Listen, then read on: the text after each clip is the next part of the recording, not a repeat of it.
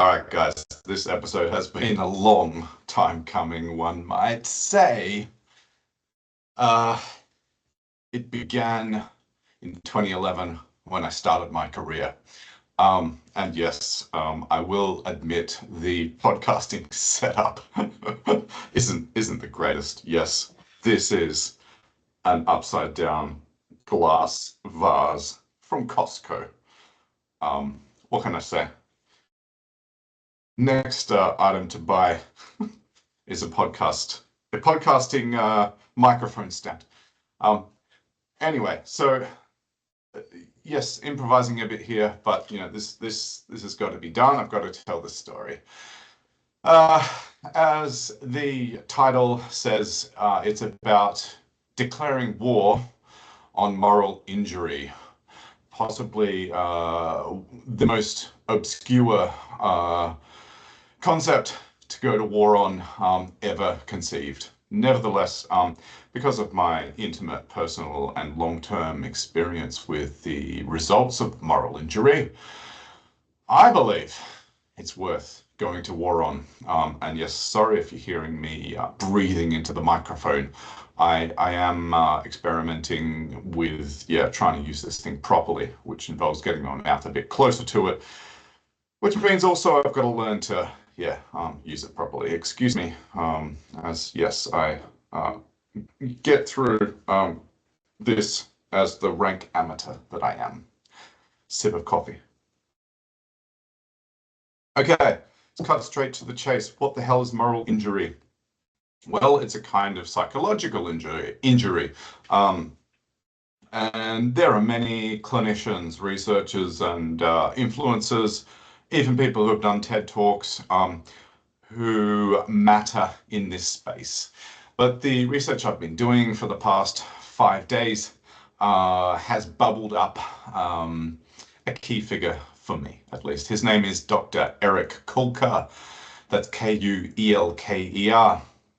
He is a registered clinical psychologist in Kelowna, I believe, on the western side of Canada. A really cool guy. He's given a TEDx talk. Get to Googling, you will find it. So why does he matter? What, generally speaking, the hell am I talking about here? So in a really cool talk that he gave about psychological injury, he said that his overall mission is to make people as nonchalant, even maybe as proud as they are of a physical injury. Have the image in your mind of a kid with their arm in a cast, right? Where the whole class at school is, writing silly messages and jokes and drawing offensive images on the cast. So does anybody have any shame, really? Have this secret, deeply held feeling when they have a broken arm that it is their fault, that they must keep it a secret, that they can't possibly let anybody find out about it? Well, his goal is to make people just as nonchalant about talking about the psychological version of those physical injuries, just as shameless in talking about psychological injuries as people are talking about physical injuries. So, for starters, this episode is me letting that doctor know that I've heard him, I've been influenced by him, and now I'm going to speak in public about my psychological injuries. And the variety of those that I'm going to talk about is moral injuries. Where can we start there? Well, a bit of context, as you can hear by my accent, I'm from Australia. Now, Australia, and I can say this with a bit of authority because I've worked in 5 countries and I'm about to start working in country number 6. Some of these countries, bless them, and I mean this as no insult to the very hardworking and earnest people that live in those countries, some of those countries are really hard to live in. And the life for people in those countries, put it this way, turns a lot of them into desperate immigrants. I'm going to put it that way. All right. This is, if it's a form of voting, if you like, if a country causes, say, the majority of its citizens to try to escape. So I've grown up in Australia, and not by design, just because I had the habit of saying yes to adventure, I have ended up having a career through several of these countries. And inevitably, there's been a clash of morals, culture, civilizations. You understand what I'm getting at. I was prepared for, given a certain set of expectations based on my upbringing in Australia. And then, as I said, because I said yes to adventure several times, I was exposed to different ways of living, different ways of treating populations, different ways of maintaining a civilization, and what can I say, at different degrees of fear that a country's leadership had in attending to the needs of the people. I'm going to put it that way. Maybe a less polite way of putting it is some countries, the leaders are just there to steal from their population and to give the population the middle finger whilst they do it. And inevitably, there were situations that I observed which resulted in me being psychologically injured to the degree that you could say it was a moral injury. So what the fuck is a moral injury? A moral injury is where there is a betrayal of what is right. That is item number one. So there's some sort of basic fundamental transgression that should not happen, right? Betraying what is right. Item number two, that transgression is committed by a legitimate authority figure. So, I don't know, your boss, a political figure, a team leader, a parent, someone in a position of legitimate authority. And thirdly, that this betrayal of what is right by a legitimate authority occurs in a high stakes situation.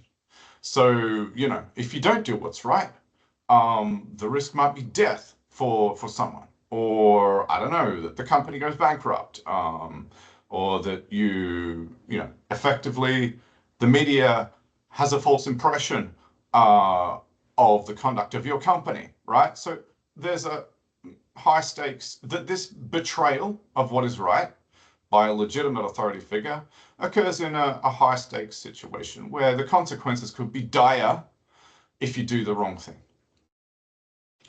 This is what a moral injury is. And let me tell you, I almost feel that my career has essentially been an endless string of moral injuries. And this episode is just going to be naming those using this 3-item framework. I don't really have much of a plan beyond that, but the reason I am going for it at things head on, effectively declaring war against moral injury, is because Dr. Kulka and so many other psychologists who you will find with a quick Google search or by going on Gemini or whatever your favorite LLM is, they all talk about shame and how it is a great pity and it stops recovery and it sends people into a dire spiral, into darkness, having people feel afraid to talk about this. So, put it this way, my first degree was psychology. If even I can't speak about it, if even I suffer shame such that I spend my entire life keeping this a secret, well, what goddamn hope do the rest of us fucking have? So I got dressed up for you all. I hope you like the tie. Sorry it's hidden behind my ridiculous microphone setup. I got dressed up because, Jesus Christ, if I'm going to be trying to influence any of you, well, Jesus Christ, it has to be about this. Yes, I do have the goal of being someone who has the courage to speak up about something that typical regular people feel they illegitimately need to feel shameful about, so that we release as many people as we possibly can from the consequences of psychological injury and particularly moral injury. Because in my experiences of these moral injuries, I talk with many people and I certainly know that I wasn't the only one morally injured. So let's release as many people as we possibly can as I speak about this. Another sip of coffee. Oh my God. I am sipping coffee into the microphone. I'm so sorry. All right. Where am I going to begin? For those who have had the torture of listening to every episode on this podcast, you'll be aware from the middle of last year that I committed to the record my observations about a series of horrors, really, from Cambodia to Kuwait to Qatar, and then in London. So I think really I'm going to start there. But there is some sort of an injury. I'm not going to say it's a moral injury necessarily. At the very beginning of my career, when I was a mere geospatial analyst at GHD on a Santos gas field expansion project involving also a 430 kilometre long transmission pipeline from southeast Queensland, a state in the northeast of Australia, to the coast to send gas to Japan, China, Korea, etc. So there was an injurious situation, I will put it this way, where I did the world's most basic spatial analysis one day on the proximity of the gas wells to the terrestrial waterway network, to the rivers and the streams. And there was a debate in Australia at the time, as there often is in countries where there are gas fields, to do with gas being released from waterways and also out of people's faucets in their homes. And it's because of the propagation of gas during the fracking process, basically explosions underground, where gas comes up not only out of the well and into ultimately the transmission line sending it overseas, but it also just generally propagates up out of the ground and makes its way, for example, into the water network, even into people's homes. So I did a basic check and I found that there were, I forget how many, but a not insignificant number of wells that were within, I think it was within tens of meters, like 20 meters of the waterway network. And I remember, I can't remember if there was legislation at the time which said this was illegal, but I do remember that this was a significant matter, and worthy of attention from the leadership. So a legitimate authority. So we're starting to get into, so what was item number one? A betrayal of what's right. So destroying the natural environment by just a mere corporation trying to make money off the gas fields. What lasts longer, or what should last longer? Well, the natural environment, because if that failed, we wouldn't have a habitat anymore.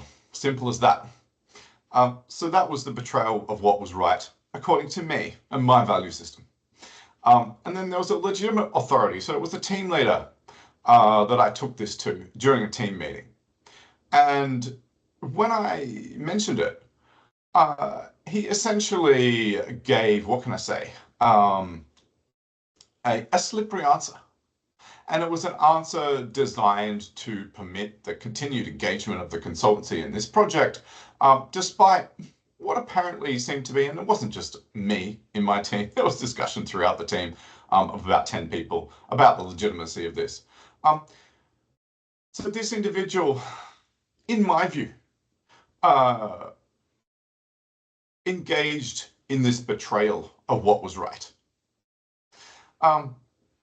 And was it a high-stakes situation? Well, based on what was going on in the media, for example, with the threat of fire in people's homes, from gas coming out of their water pipes, out of the faucets, or, the destruction of riverine ecosystems, that was a high-stakes situation for me.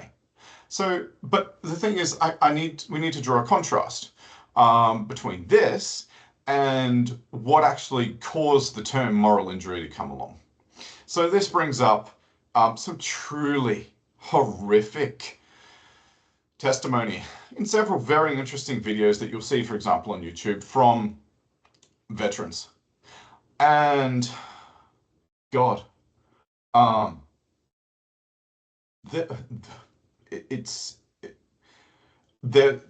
one that sticks in my mind was a veteran talking about his platoon being essentially strafed by distant sniper fire. And he looked through his scope and eventually found the source of it. And it was a terrorist man sitting there in the distance, firing upon them. But it was with his son, a child, sitting in front of him whilst he was firing on the troops. And your mind is, of course, you are correct in your suspicions. What had to happen for this man to be stopped was that he, along with his son, had to be killed. This serviceman could not find a way to stop him without also killing his son. And he had to watch his son die through the scope as he killed his father to stop his fellow troops and himself being killed themselves. So, if this is a high stakes situation and the betrayal of what was right, well, shit, you shouldn't kill children, should you? Especially defenseless ones who are put there by the enemy. I mean, this is fucked up. And the legitimate authority figure, well, it was, the leader of the platoon given the instruction to shoot this boy and his father. And the high stakes situation, well, this is fuck. If you don't do it, then you're going to die. And your fellow troops are going to die. So it is through repeated examples of these kinds of desperate moral transgressions in high stakes situations, abetted by legitimate authority figures, which gave rise to this concept of a moral injury. And then there are some truly, what can I say, gripping testimony by medical professionals, as for example during COVID, and I'll put in the show notes that are particularly a shocking but transfixing 5-minute video by a doctor actually filmed in his surgical room, right? You can see the lights. This guy just unleashes for 5 minutes about the moral injury that he suffered during COVID with all of these desperate decisions about who to save and who not to. So this is, I have to contrast the sheer desperation, and you can understand the very prompt spiral into darkness that these kind of moral injuries and psychological injuries of the caliber of a moral injury, I need to draw a contrast between those and what I related to you about a concern that I had in the gas fields, which has stuck with me to this day, but by no means approached the degree of peril that these soldiers and medical professionals have confronted. But so then, if I only have low-grade testimony, how do I have a right to speak with you today? Well, the thing is, I actually do have far more significant degrees of peril to relate to you, as I did already in those 7 or 8 videos in the time I spent in Cambodia, Kuwait, and Qatar, and London. So, but I just wanted to draw this contrast to begin to help understand and to not delegitimize any psychological injuries you might feel where something was transgressed, but just to provide some sort of a spectrum for you and understanding of where this concept of moral injury emerged from. All right, so there's that one from the gas fields. Let's fast forward a bit. What did I observe in Cambodia? Probably the one that sticks out the most. When I was at Samakum Tien Tanat, which was a urban poor advocacy organization. So basically, to put it in less politically correct terms, only so that I can hit you in the face with an understanding, there were slums all over the capital city of Cambodia called Phnom Penh. As you can only imagine, dilapidated, ramshackle, but God bless these people. They had tried their very best, of course, to produce living circumstances within their means, which meant that they had dignity and that they did all they could, of course, and there were families living in these places. So these mothers and fathers, these parents, yes, God bless them. An outsider, a rich outsider, look at me, dressed up, right, recording this for you all, who are also, let's be honest, probably going to be rich people from the West. So to a rich, well-to-do, stupendously privileged outsider like me, going and visiting these places, it was confronting and shocking to see the conditions that these people were living in. So what was the betrayal of what was right? It was in the efforts of this organization and several others that they were partnering with in these efforts to advocate on behalf of these people living in urban poor communities. They managed to cause the Cambodians living in one of these urban poor communities, they managed to cause these individuals to piss off the Cambodian authorities to the degree that a handful of them were sent to prison. Yes, whilst us, white, rich, privileged people, you know, the expat leader of the organization was from Finland and is now involved in politics there.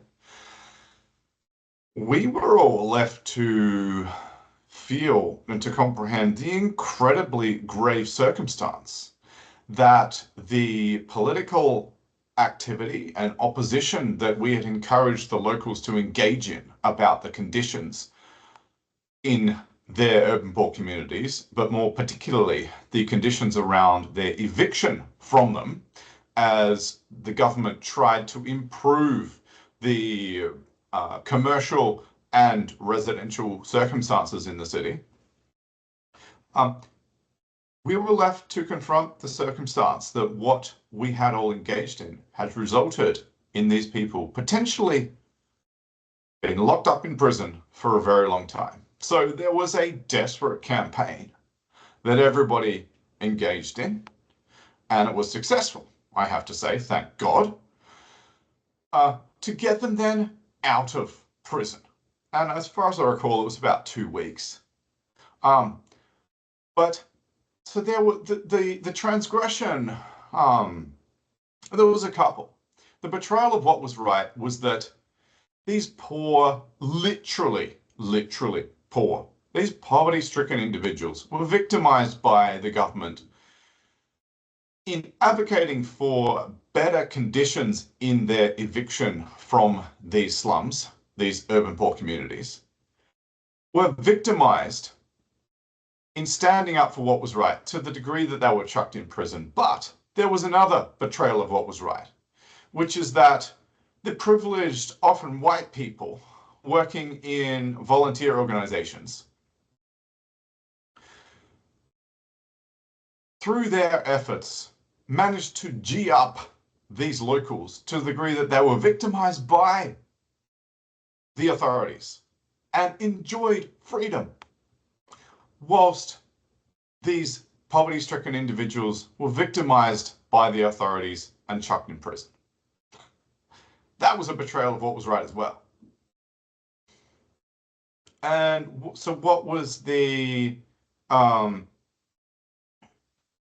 were the legitimate authority figures? Well, they were the authorities, the police, politicians in Cambodia, who decided to try to silence the opposition by these people living in poverty, not by sitting down and listening to them and committing to giving them a better relocation site or adequate compensation for the value of their land that they've been living on for, in some cases, a decade.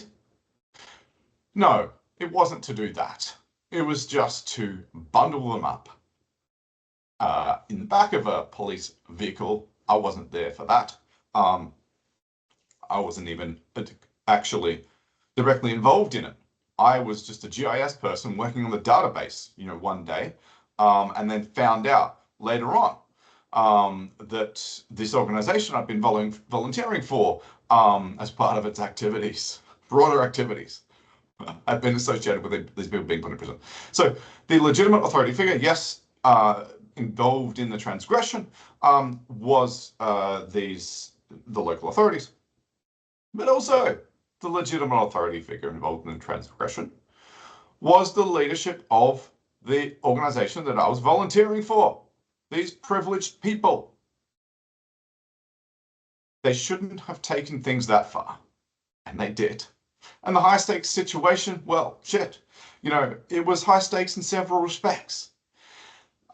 It was that these incredibly underprivileged and vulnerable people should not be consigned to a life of even worse poverty by being sent to a relocation site, essentially a patch of dirt, tens of kilometers out of Phnom Penh, where there was no economy whatsoever. These people often lived by selling street food. So they had, a little trolley that they spent the morning. I walked past them one day, literally cleaning pig's guts, right?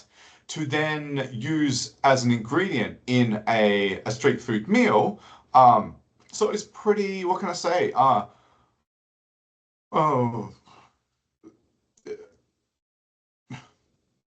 It's beyond words how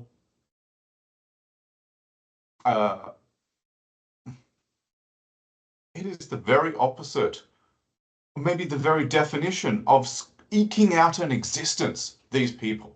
And the government's approach to clearing out the slums was to literally relocate some of them where they didn't have the protection of organizations like the one I was working for, to just essentially banish them to the outskirts of the city and worse, where the mere desperate knife-edge existence they'd been eking out on the street selling street food, even that was unviable because they were sent to a place where there were no streets, and you can forget in that context about financial compensation that was adequate, right? So the stakes were high in terms of trying to bring about a better future for these people. And if there was a failure, that they might not be able to hang on. There might be mortal consequences if they were sent away, right? And of course, even worse, the stakes were even higher still, having them in the process of advocating for them sent to prison. You can imagine the circumstances of a Cambodian prison. Okay, So that was a moral injury. That was a moral injury. And this is powerful for me to finally be able to fucking name it, to have this framework, this three component framework to just nail exactly what the fuck went on and what I've internalized since 2011 to 2012, feeling, fuck, that was bad. Fuck, that was bad. And being the victim of the psychological fallout of that shit. And in saying that, I am acutely aware of the fucking horrific hypocrisy of me dressed up like I am with all this equipment, sitting in comfort in this air-conditioned apartment in the world's remaining superpower, feeling it is a gross degree of entitlement to conclude that I deserve to feel psychologically injured by that. When these people living in poverty suffered a fucking shitload more than I did. But also, I was, this is the truth. I was psychologically and morally injured by it. And that's okay to name, because there is motivation in me using my agency to rectify that situation, to propagate this messaging to my network, all right? To leverage the power of my agency and the agency of those in my network to bring that power and that rage to bear on this circumstance that produced this moral fucking outrage and moral injury, so that we can all gain a bit of focus. And, we don't have to, but maybe, this helps for targeting. If we're going to go to war, it's good to have a target. So I hope that I have put before you in an adequately sensitive way this moral injury that this poor little naive guy from Australia, never seen the world, right? Never seen the world. And then was very rudely awakened to the abuses of power that go on routinely outside of the fucking utopia that is white, urban, city Australia. In the generic sense, Australia was a population untouched by the kind of trauma that comes from war. That's the sort of thing that I'm trying to say. So I'm setting up a contrast here because, well, what happened in Cambodia? The Khmer Rouge killed off a quarter of the population. You want a genocide? Try looking at a place where a quarter of the population was killed. So that was first stop for me in my international career. The next stop, because it's just been my career, a tour of these terrible, these terrorized places, I will say. Yes, terrible places, but that misses the point. These terrorized places. So Kuwait, well, you've had a couple of Gulf Wars there. Gulf War One, early 1990s. What happened? Well, best way to put it is the retreating Iraqi forces set fire, as in set dynamite to 600 plus oil wells, essentially obliterated the entire oil industry, the entirety of the country's oil fields, as they left Kuwait up Highway 80, the highway of death, on the way back to Iraq. That's going to terrorize a population, definitely. Yeah, not to mention, of course, what the Iraqi forces did to capture Kuwait City, straightforwardly liquidating the, the psychological integrity of the Kuwaiti population, as invading forces do. So this was next up for me on my tour of terrorized populations, which has been my career.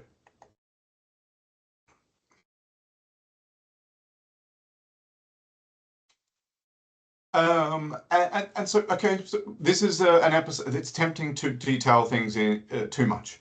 This is an episode about going to war against moral injury by speaking very clearly and openly and honestly, destroying the stigma against speaking in general about psychological injuries, and particularly moral injury. So, what was the next moral injury?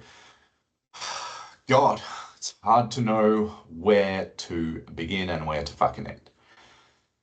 Jesus Christ. It began even before, during the induction, basically the second day after I arrived, where I had a chat with what can only be described as an incredibly earnest, necessarily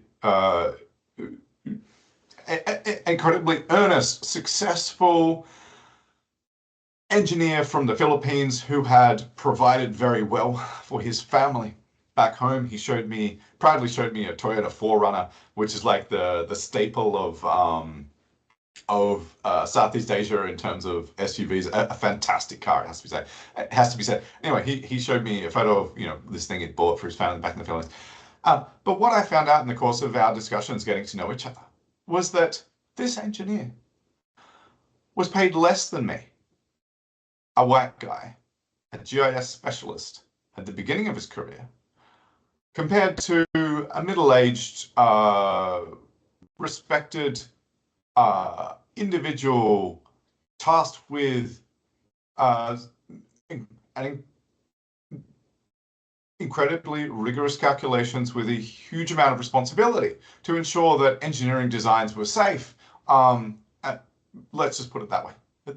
And so many other things. But an engineer, at least, must ensure that whatever the fuck is constructed in these oil fields don't kill people unnecessarily. And let me tell you, they are unfortunately not always successful.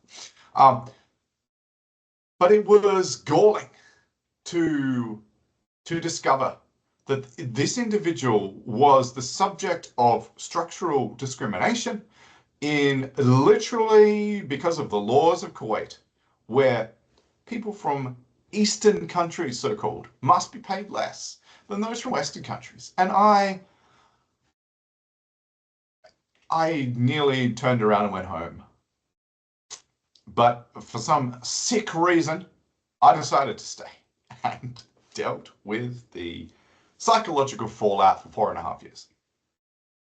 So what was the moral transgression and what was the betrayal of what was right? Well, a man was not correctly rewarded for his intellect, his striving over years of education and then a career, and for the degree of responsibility that he had. It was a significant moral transgression, a betrayal of what was right, that I should be earning more than him.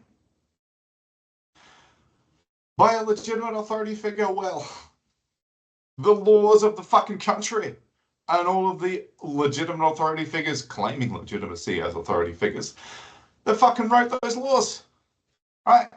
And then the legitimate authority figures leading the company of Amick Foster Wheeler, this top 5 global engineering design consultancy that I was so proud to be working for. But they agreed to uphold this law and create the mindfuck of a situation that youngsters who just happen to have this fucking color of skin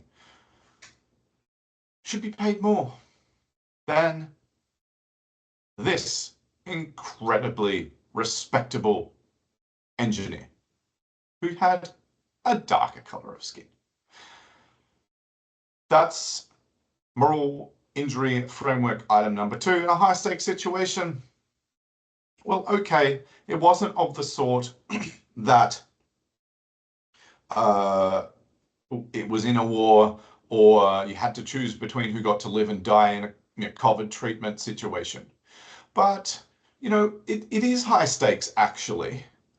The structure in a workplace and who is who and whether or not people feel good about going to fucking work, and how to sort out who to trust and who not to, what can I say? There are degrees of obedience, who you can challenge, who you can't.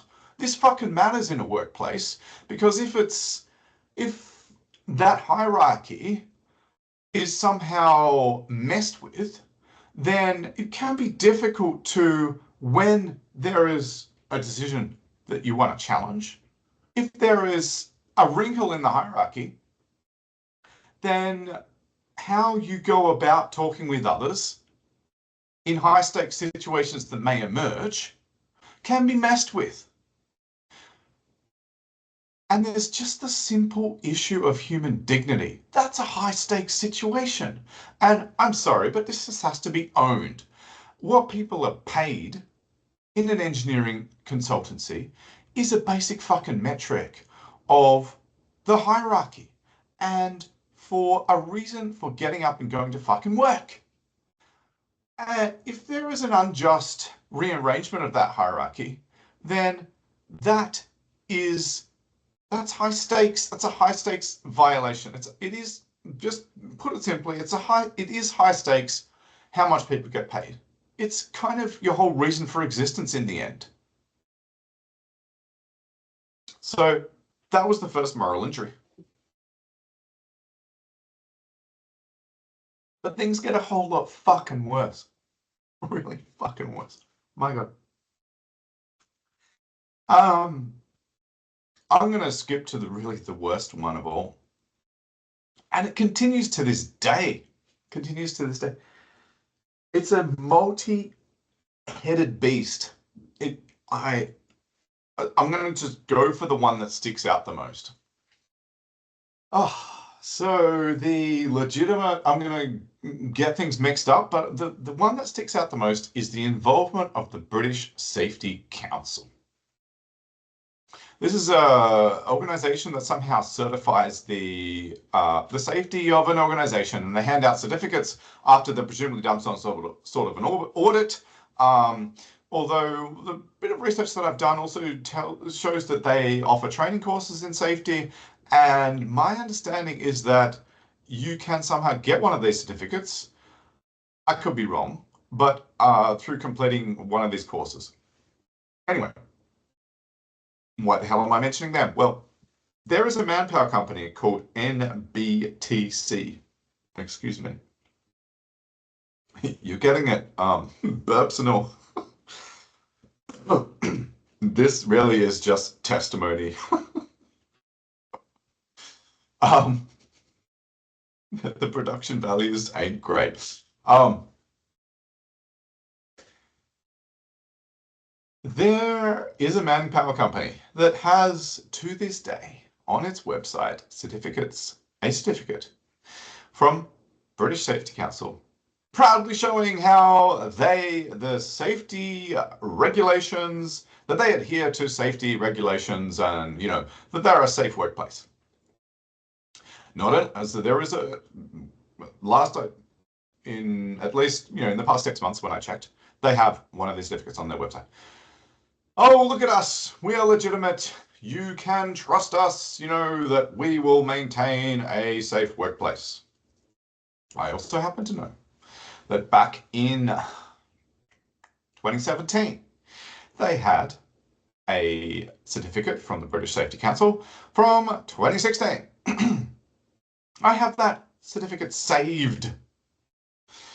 So we're at a legitimate authority being the British Safety Council involved in the certification of NBTC as having good safety practices. What was the betrayal of what was right? Well, fuck. Fucking hell. Fucking hell. How do I describe this? The thing that sticks out the most, is there was a man. There was a man he was an electrician in a North Kuwait, because there were four oil fields in Kuwait. There was one bordering the Iraqi border in the north. Now, they were building a gathering center, which is a huge factory to process the raw oil that comes out of the ground into various things that are not oil and things that are oil, and those then go to the refinery on the coast.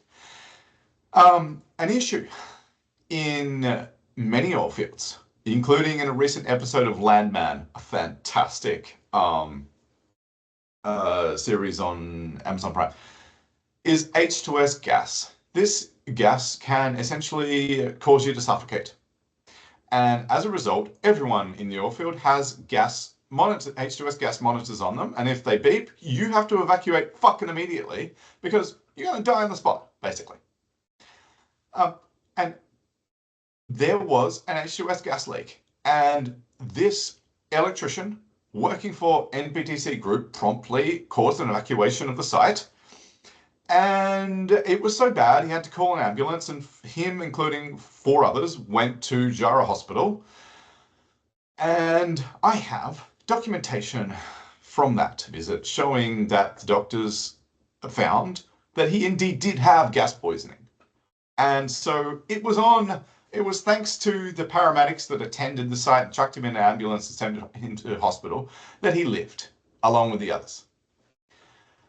So this is in and of itself a betrayal of what's right, that anybody could suffer H2S gas poisoning. But that is, part and parcel. People know that this can happen. They sign up for it. They go into the gas field with the monitors on. They have training. So yes, it shouldn't have happened, but it wasn't a moral transgression. What was the fucking moral transgression? I will fucking tell you right now.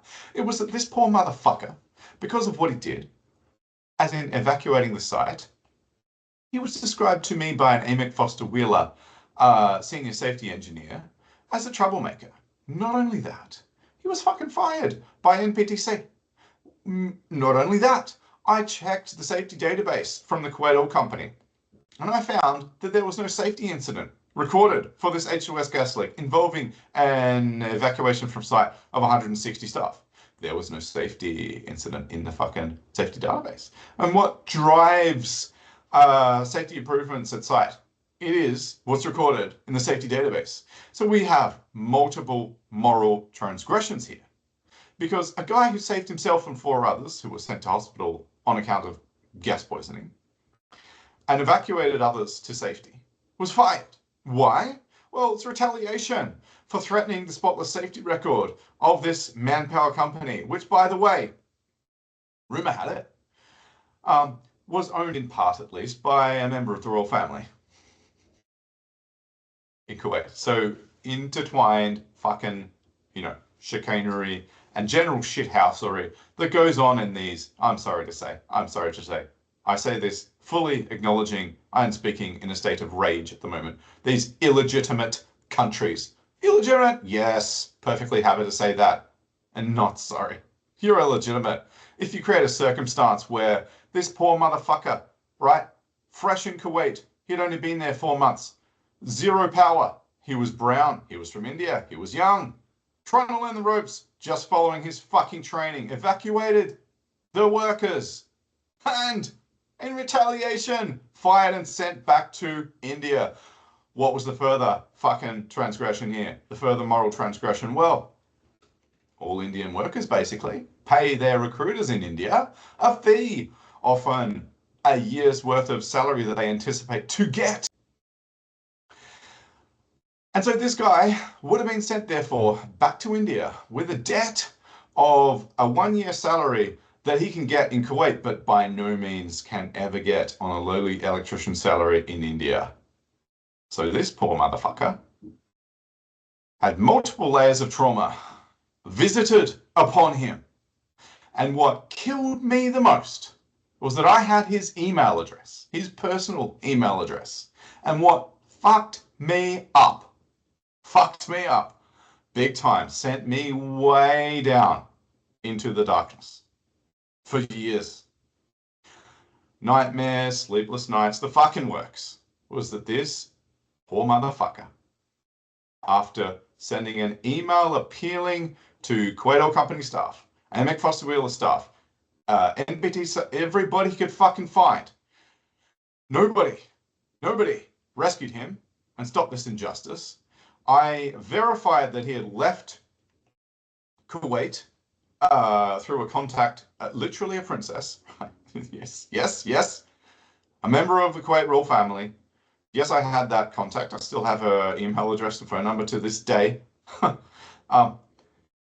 She used a contact in the immigration department in Kuwait to verify that he, in fact, had left Kuwait 20 days prior to me finding out about this case.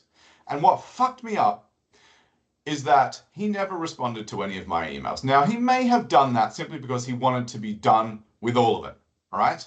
I wouldn't blame the guy, you know. Regardless, even if I was sending desperate written appeals to him, look, mate, I'm just a worker. I don't pose any threat to you whatsoever. But even to those emails, he didn't say a fucking thing. Now, what went on in my mind? Well, it was that he had committed suicide. I don't rank that as being entirely improbable as an outcome. That he, having been sent back after those traumas to India with a debt and effectively no way of repaying it, may have concluded that there was no way out. So this cluster of betrayals of what was right, I confronted by legitimate authority figures. Well, it was every single fucking leader at the Kuwait Oil Company and AMEC Foster Wheeler and NBTC group that didn't do fucking jack shit to help this guy. Those were the legitimate authority figures, accompanied by my efforts to contact the British Safety Council. I called them from the foyer at the Altamere Annex of AMEC Foster Wheeler. I called them. I remember talking to the male British guy at the British Safety Council telling them this went on, and then I emailed them all everything. They were putting themselves forward as a legitimate authority figure certifying the safety of organizations such as the Manpower Company that fired this poor motherfucker. And did they say anything? Did they reply to me? No. Did any action that they take result in NBTC group taking down their fucking safety certificate? No. And what is more, after all the reporting that I did, NBTC group continued to certify this organization from a safety perspective because they currently have a fucking updated safety certificate as of now on their fucking safety website. And what makes this all the more of a moral transgression? Well, I'll tell you, it gets worse. 2024, 50 men died in an NBTC safety, graphic safety violation in an NBTC worker accommodation facility in Kuwait City. Yes, I'll say it again, 2024, whilst there was a British Safety Council safety certificate present for all to fucking see on NBTC group's website. Well, whatever the fucking safety protocols they fucking had in place, they weren't enough. Because there was a fire, which resulted in, it was 49 men actually, perishing in an NBTC group worker accommodation facility. So we're at moral transgressions, we're at legitimate authority figures, and we're at high stakes fucking situations. Well, I'm sorry, you can put everything together yourself. I'll tell you why this was a fucking high stakes fucking situation. Well, it's because if they don't fucking pay attention to people like me, reporting to them the graphic violations, as I have just described to you, they don't fucking pay attention to that. Well, the result might be that things could spiral to the degree that 50 men fucking die in an even larger safety fucking breach as fucking happened in 2024, 7 years after I reported these matters to every fucking person I could fucking find. Yeah, that's a high stakes fucking situation that continues to fucking be one. And you would not believe how much this fucking eats me up inside. That everything I tried to do,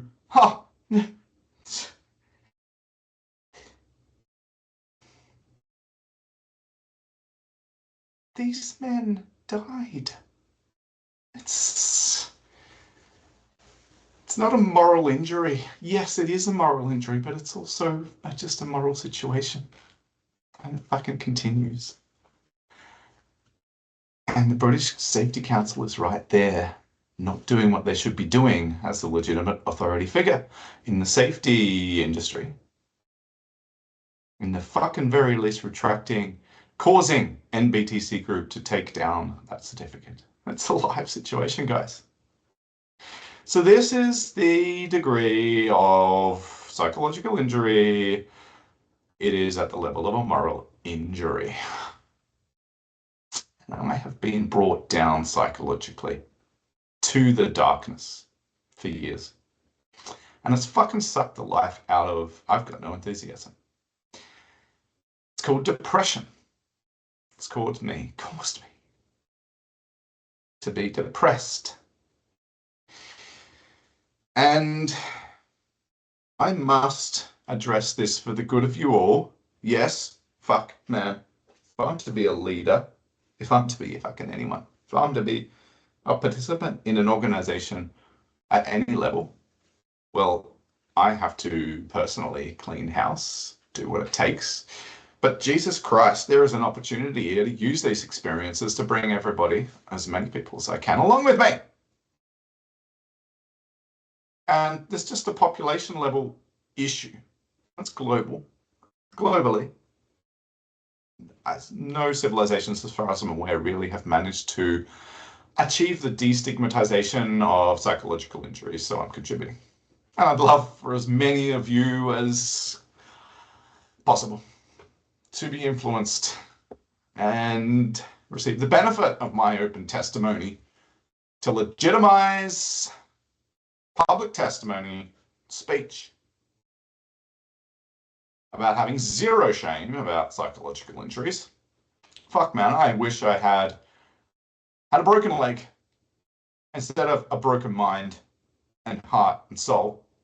I say, as a militant atheist, yes, a broken soul is a result of these things. I wish I'd had a broken leg instead. I wouldn't have had any shame, moral qualms about speaking out. And people would have celebrated that broken leg, given me a pat on the back, pat on the shoulder, signed my cast, and I would have recovered in months and everything would be fine and dandy, but no. And even I, with this psychology degree, which has proven worthless, evidently, because here I am talking about moral injuries that I haven't managed to purge from myself. All right, what was the next moral injury? I mean, fuck, man, like there was a fucking cluster of moral fucking injuries. I'm sorry, I'm going to say one more. We are at an hour. I just can't seem to do this efficiently. I'm so sorry. I can't speak about moral injury efficiently. I'm so sorry. Okay. Fuck. Fucking hell. Oh, fuck. I spoke with so many people about this one. Jesus. Fucking Christ. So, try getting through this without feeling morally injured. I challenge you. And I want to know the person who can get through this without feeling morally injured. So, fuck. I think it was the same fucking gathering center. At least there were two gathering centers that were being constructed. So one of these gathering centers, the weekend in Kuwait is Friday and Saturday. They start the week. It's so hard to adjust to when you get there. Is a Sunday. Pardon me. This is for religious reasons. Friday is their holy day. Construction workers, the real slaves, they have a 6-day work week, so they only have Fridays off, and they start the week on a Saturday. Goodness me. I'm not going to edit all of these gulps out, this is this is how I make this authentic for you. So there was another Indian worker. I don't know what his role was, but what happened to him was fucking unconscionable. He committed suicide by hanging himself on a pipe rack on this fucking gathering center. Yeah, I've already spoken about this, but I'm going to speak about it again because it needs to be fucking spoken about. He used his site access on a weekend, so on a Friday night, to go up there, leave his accommodation, whatever it was, and somehow get into this construction site. I don't know how the fuck he achieved it, but he somehow managed to put something around his neck and attach it to a pipe on this fucking factory and hang himself. Now, that's pretty fucking bad. We've got a moral transgression on our hands already. But this is Kuwait. This is the unfree world. So that world is known for compounding the fuckery and for making dark shit darker still. There are thousands of workers on construction sites like this. We're talking 2,000 to 3,000. They're a hive of activity. So Saturday morning comes along and thousands of people descend upon the worksite. Now, what did I come to understand that day? Well, the workshite, yeah, that's what it was. Let's just call it the workshite. The workshite wasn't shut down. Wasn't shut down. What is that? I'm sorry to do this, but I'm going to build up the fucking picture for you. So what did we have? We had a guy hanging there, dead. God bless this man. Dead since Friday night. Thousands of men, Saturday morning around 6 a.m., turn up in buses, these godforsaken fucking buses on these godforsaken fucking dusty sandy roads in the fucking desert where this North Kuwait oil field was. And they pour into the site. I don't know how one of the poor motherfuckers must have found the fucking hanging body and reported it to a legitimate authority, the construction supervisor.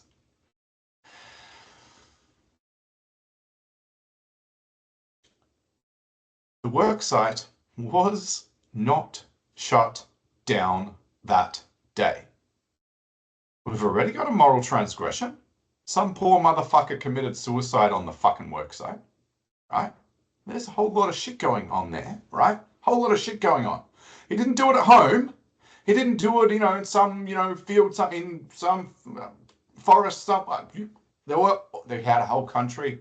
He had a whole country to fucking choose from. I'm sorry to use language. Look, I'm sounding like I'm blaming the guy.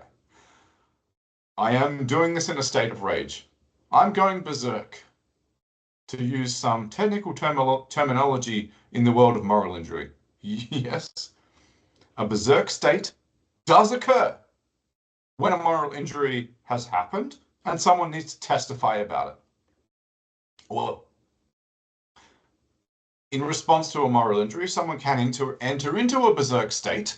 There's a fantastic TEDx video, I'll link it in the show notes, where you've got a psychologist stepping through what the next step can be. And so, yes, I am using language like this. Excuse me for I am treading a path where I'm trying to do this in a way that respects people.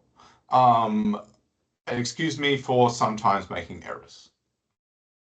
This is me in the berserk state that can result from a moral injury.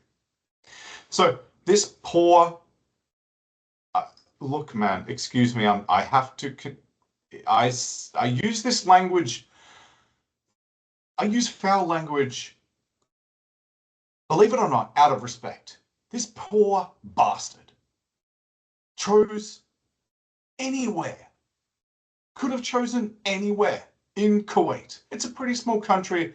Within an hour and a half, you can drive literally anywhere. But this poor motherfucker chose to kill himself at the site of his employment.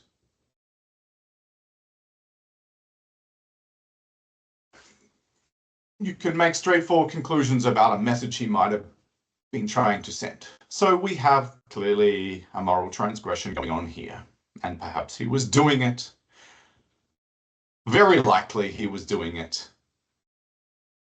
in response to a moral transgression he himself had suffered. And fucking let's just look at the fucking evidence that I provided to you already. Another Indian was fired for causing a site to be evacuated because otherwise him and several others would have died of H2S gas poisoning. So if those kinds of fucking moral transgressions are occurring against this population elsewhere at other times, well, you can just imagine if this guy tried to hang himself at site, what kind of fucking moral transgressions he was incapable of processing, and as a result, chose to hang himself at this work site.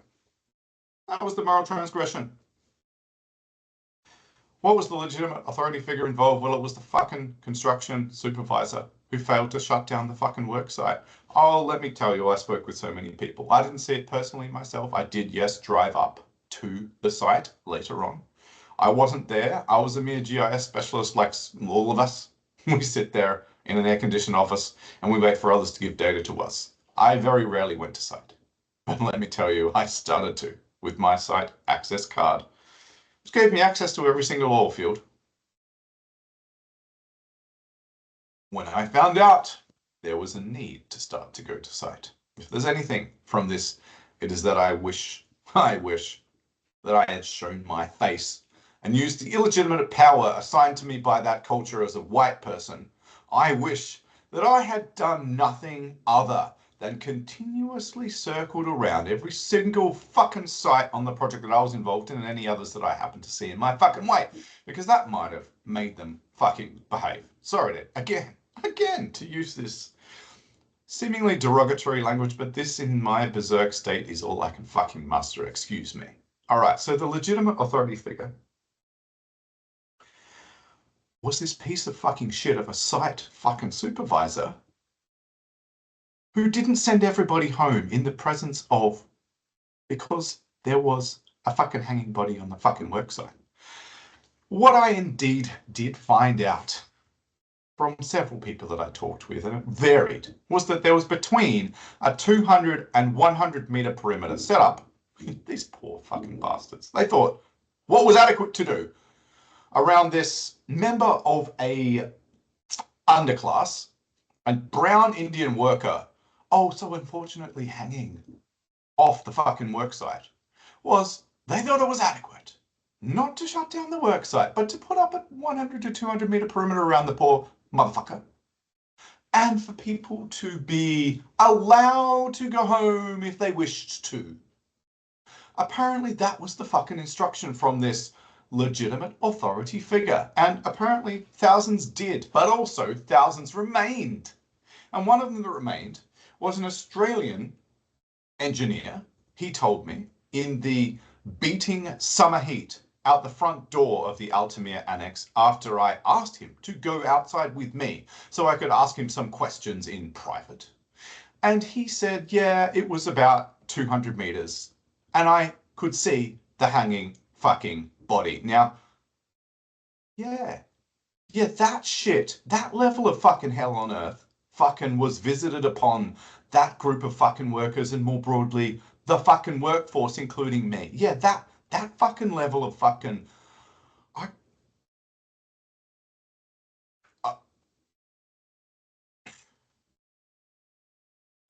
this shit. This is why I'm going to war against moral injury. Because if I fucking don't, well, like,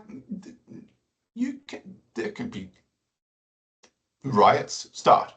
People get killed. People get fucking executed for those kinds of moral transgressions. It has to be said. And deep down, I can't kind of understand why there wasn't a fucking riot. And the fact that there wasn't shows that that was a demoralized, deeply debased workforce who, through some tragic long-term process of demoralization and desensitization, had come to accept that this bitterly unacceptable circumstance was acceptable. Anyway, so the reason why the body was left up was because the police took until the afternoon to come and complete their investigation. Yes, of course, they have to do one. And you can't disturb the fucking evidence and the crime scene, can you? So they waited, and that body was left to hang whilst, again, work continued by the people who did not accept the invitation to go home. So there was a compound commission of moral betrayal in that circumstance. The high stakes situation component of the moral injury, Jesus fucking Christ. The preservation of the dignity of the dead didn't occur. That's high stakes, that you preserve the dignity, that the dead are afforded dignity. You can probably come up with other ones, but I mean, overall, it's fucking high stakes that people fucking survive at work. It's also high stakes that people are not driven to kill themselves at work. But there is more compounding to go here. There is more compounding.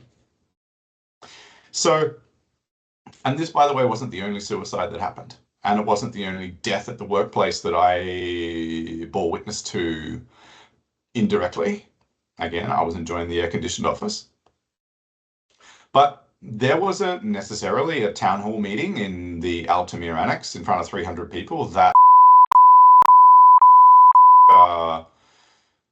operations director convened. And the upshot was that the Cueto company declared this wasn't a workplace-related safety incident because it occurred outside of work hours. Yes, that was their justification. These fucking pieces of shit.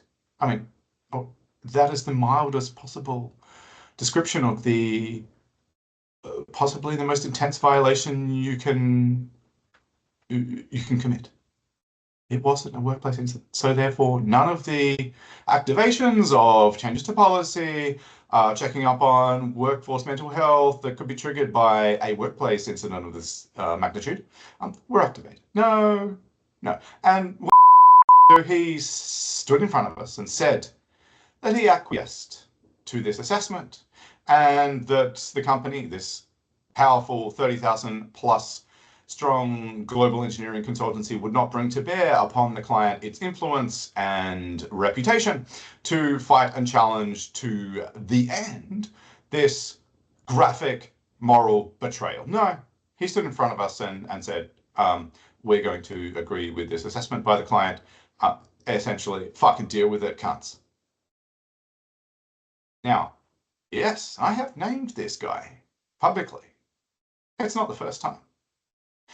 I will happily do it again because this was an unforgivable moral transgression by the most significant legitimate authority in this workforce in Kuwait. And he showed in a high stakes situation, possibly the most high stakes of all, that you should preserve the life of your employees. He was incapable of doing what was right. And as a result, the 300 people standing in front of him at this town hall had a moral injury rendered unto them, put upon them by him and the other legitimate authorities involved in that whole fucking circumstance, going all the way up to the leader of the Quetzal company. Now, why did I use the phrase put upon them? Well, this is important terminology around the removal of shame from psychological injury that Dr. Eric Kolker advocates. There's some transformational stuff that he says in some of his YouTube videos from 2019 or thereabouts. He said, the tragedy of those who suffer psychological injuries is that they falsely conclude that they are responsible, that whatever the abuse was that was visited upon them by others, they should keep it secret, They should hold it deep inside them, have a fear that others will find out about it, and they then must labor for years to try to purge from themselves. Well, no. I don't accept any of that. I reject that moral injury visited upon me by the supposedly legitimate authority figures involved in that entire situation. I reject it entirely. It was illegitimately put upon me, that moral injury. I did not choose, ever. Oh, fuck. If the recruiter from Dubai that got me involved in that fucking situation had told me truthfully, these kind of moral injuries will be visited upon you and you will be witness to a scene of utter depravity on a regular basis, do you fucking think I would have fucking signed up for the money? No fucking money could possibly ever have tempted me. So therefore, no. I did not choose to have that psychological and moral injury happen to me, and neither did any of those other 300 people in that town hall and the entire fucking circumstance that went on there. That fucking scene of chaos. Oh no. So I do not accept that injury. I do not accept the results that I have illegitimately suffered for years afterwards. I reject all of them. That is not my identity. And the fact that I feel so fucking injured is because I remain a moral person.